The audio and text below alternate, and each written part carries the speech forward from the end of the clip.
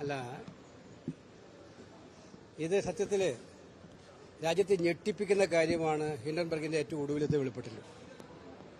SEBI chairperson ഈ നാട്ടിലെ ഓഹരി വിപണികളെ ആകമാനം നിയന്ത്രിക്കുകയും അതിന് വിശ്വാസ്യത കൊടുക്കുകയും എവിടെയെങ്കിലും തകരാറുണ്ടാകുമ്പോൾ ആ വിശ്വാസം നിലനിർത്താൻ വേണ്ടി നടപടി സ്വീകരിക്കേണ്ട സെബി ചെയർപേഴ്സൺ തന്നെ ഇത്തരം ഷെൽ കമ്പനികളിൽ നിക്ഷേപമുണ്ടെന്നുള്ള വാർത്ത എങ്ങനെയാണ് സർക്കാർ അതിനെ കാണുന്നത്? അത് രാജ്യദ്രോഹമായിട്ട് എങ്ങനെ കാണുന്നത്? രാജ്യദ്രോഹം നടത്തുന്ന ഇവരല്ലേ? രാജ്യത്തെ ഓഹരി വിപണികളുടെ വിശ്വാസ്യത മുഴുവൻ തകർത്തക്കവണ്ണം സെബിയുടെ ചെയർപേഴ്സൺ തന്നെ ഇത്തരം വലിയ ആരോപണത്തിന് വിധേയമാകുമ്പോൾ എന്നിട്ട് എനിക്ക് മനസ്സിലാകാത്തത് അവർ ആ കസേരയിൽ തുടരുന്നതിലാണ്. നിങ്ങൾ ആലോചിക്കേണ്ടത് സുപ്രീം കോടതി കേസെടുത്തതാണ്.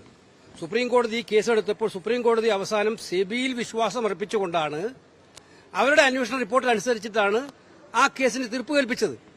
അതാണ് ഇവിടെ ആഘോഷിക്കപ്പെട്ടത്. പക്ഷെ ഇപ്പോൾ വന്നിരിക്കുന്ന റിപ്പോർട്ട് എന്താണ്? സുപ്രീം കോടതിയിൽ മറച്ചുവെച്ചു കാര്യങ്ങൾ എന്നുള്ളത് നമ്മൾ മനസ്സിലാക്കേണ്ടത്.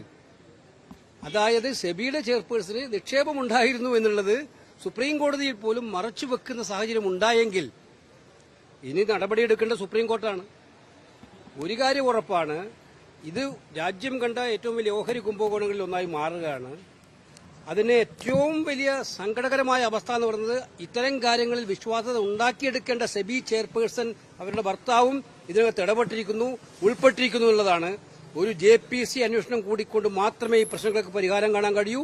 അതുകൊണ്ട് ജോയിന്റ് പാർലമെന്ററി കമ്മിറ്റി അന്വേഷിക്കണമെന്നുള്ള ആവശ്യം ഞങ്ങൾ ശക്തിപ്പെടുത്തുകയാണ്.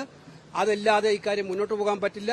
രാജ്യവ്യാപകമായി ഈ കാര്യം കോൺഗ്രസും ഇന്ത്യ മുന്നണിയും ഉന്നയിക്കുകയും ചെയ്യും. JPC ആവശ്യപ്പെട്ടുകൊണ്ടുള്ള സമ്മർദ്ദം തുടരുകയും ചെയ്യും. മാത്രമല്ല, ഇതിന്റെ പുറത്ത് വന്നപ്പോ ഇന്നിപ്പം ചില മാധ്യമങ്ങൾ കണ്ടു രാഹുൽ ഗാന്ധിക്ക് വീണ്ടും ED നോട്ടീസ് അയക്കുകയാണെന്ന്.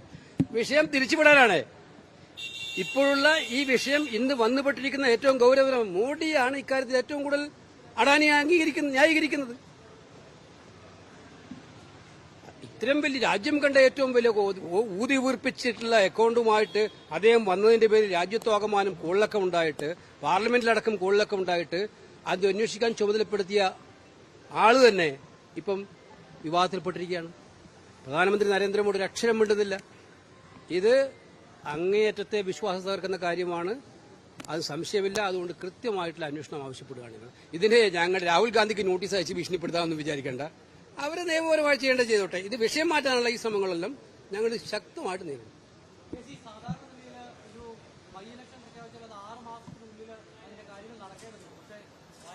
അല്ല, ഇത്രയും വലിയ കാര്യത്തിൽ താല്പര്യമില്ല കേരള മീഡിയക്ക്. രാജ്യം കണ്ട ഏറ്റവും വലിയ ഓഹരി കുംഭകോണത്തിലെ ഞാൻ പറഞ്ഞുകൊണ്ടിരിക്കുന്ന വിഷയം ഞാൻ വിചാരിച്ചത് ആദ്യം നിന്ന് നിങ്ങൾ ഈ ചോദ്യം ചോദിക്കുന്നതായിരുന്നു. ഇന്ന് രാജ്യം ചർച്ച ചെയ്യേണ്ട ഏറ്റവും പ്രധാനപ്പെട്ട വിഷയം ഇതല്ലേ? എത്ര 10,000-കണക്കിന് ആളുടെ ഓഹരിയാണ്, നിക്ഷേപമാണ് ഇതിനകത്തുള്ളത്. അതിലല്ലേ സ്റ്റേക്ക് ആയിരിക്കുന്നത്. ഇന്ത്യ ഗവൺമെന്റ് അവരെ പ്രോത്സാഹിപ്പിക്കും, പ്രൊമോട്ട് ചെയ്യുകയും ചെയ്യല്ലേ. എന്നിട്ട് ഇപ്പോഴും രാജിവെക്കുന്നില്ലല്ലോ. ഞങ്ങളെ സംബന്ധിച്ചും ഇതാണ് രാജ്യത്തെ ഏറ്റവും ഗൌരവമായ പ്രശ്നം. ഈ പ്രശ്നത്തിൽ ജോയിന്റ് പാർലമെന്ററി കമ്മിറ്റി അന്വേഷിക്കണമെന്നുള്ള ആവശ്യം ഗവൺമെന്റ് അംഗീകരിക്കുന്നില്ലെങ്കിൽ ഏറ്റവും ശക്തമായ പോരാട്ടവുമായിട്ട് ഞങ്ങൾ മുന്നോട്ട് പോകും. അതാണ് ഞാൻ പറഞ്ഞത്. ആ കാര്യത്തിൽ കോടതിയിൽ വന്നല്ലോ. അതാ പറഞ്ഞത്, കോടതി എന്നിട്ട് സെബിയുടെ അന്വേഷണ റിപ്പോർട്ടിനെയാണ് ശരിവെച്ചത് സുപ്രീം കോടതി. ആ സെബിയുടെ ചെയർപേഴ്സണ് ഇതിൽ നിക്ഷേപമുണ്ടെന്നാണ് ഇപ്പോൾ വന്നിരിക്കുന്നത്. അപ്പൊ ആരാണ് കള്ളനെ തന്നെ കാപ്പോലേക്ക് ഏൽപ്പിക്കുകയായിരുന്നു? വേലി തന്നെ വിളവ് നിന്ന സ്ഥിതിവിശേഷമാണ് രാജ്യത്തുണ്ടായത്. ആ കള്ളനെ താക്കോലേൽപ്പിക്കുന്ന സ്ഥിതിവിശേഷത്തിൽ നടപടി സ്വീകരിച്ചിട്ടാണ് സുപ്രീം കോടതി അന്ന് തീരുമാനമെടുത്തത്. അതുകൊണ്ട് സുപ്രീം കോടതി ഇക്കാര്യത്തിൽ സോമോട്ടോ കേസെടുക്കേണ്ടതാണ്. ഈ വാർത്തയുടെ അടിസ്ഥാനത്തിൽ സുപ്രീം കോടതി സോമോട്ടോ കേസെടുക്കേണ്ടതാണ്. അല്ല, അതിന്റെ നിയമവശങ്ങളെല്ലാം ഞങ്ങൾ പരിശോധിക്കുന്നുണ്ട് കൃത്യമായിട്ട്. പക്ഷേ ഇത് അത്ഭുതപ്പെടുത്തുന്ന കാര്യമല്ലേ?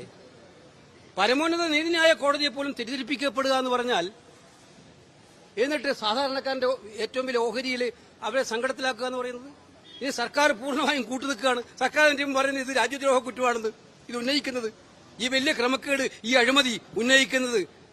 അപ്പൊ ഇവർ ആർക്ക് വേണ്ടി ആക്കുന്നത്? സർക്കാർ.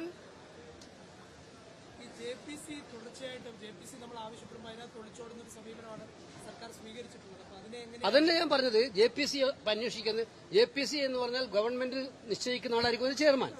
പക്ഷേ ഒരു കാര്യമുണ്ട്, JPCയുടെ മുന്നിൽ എല്ലാ രേഖകളും വരും.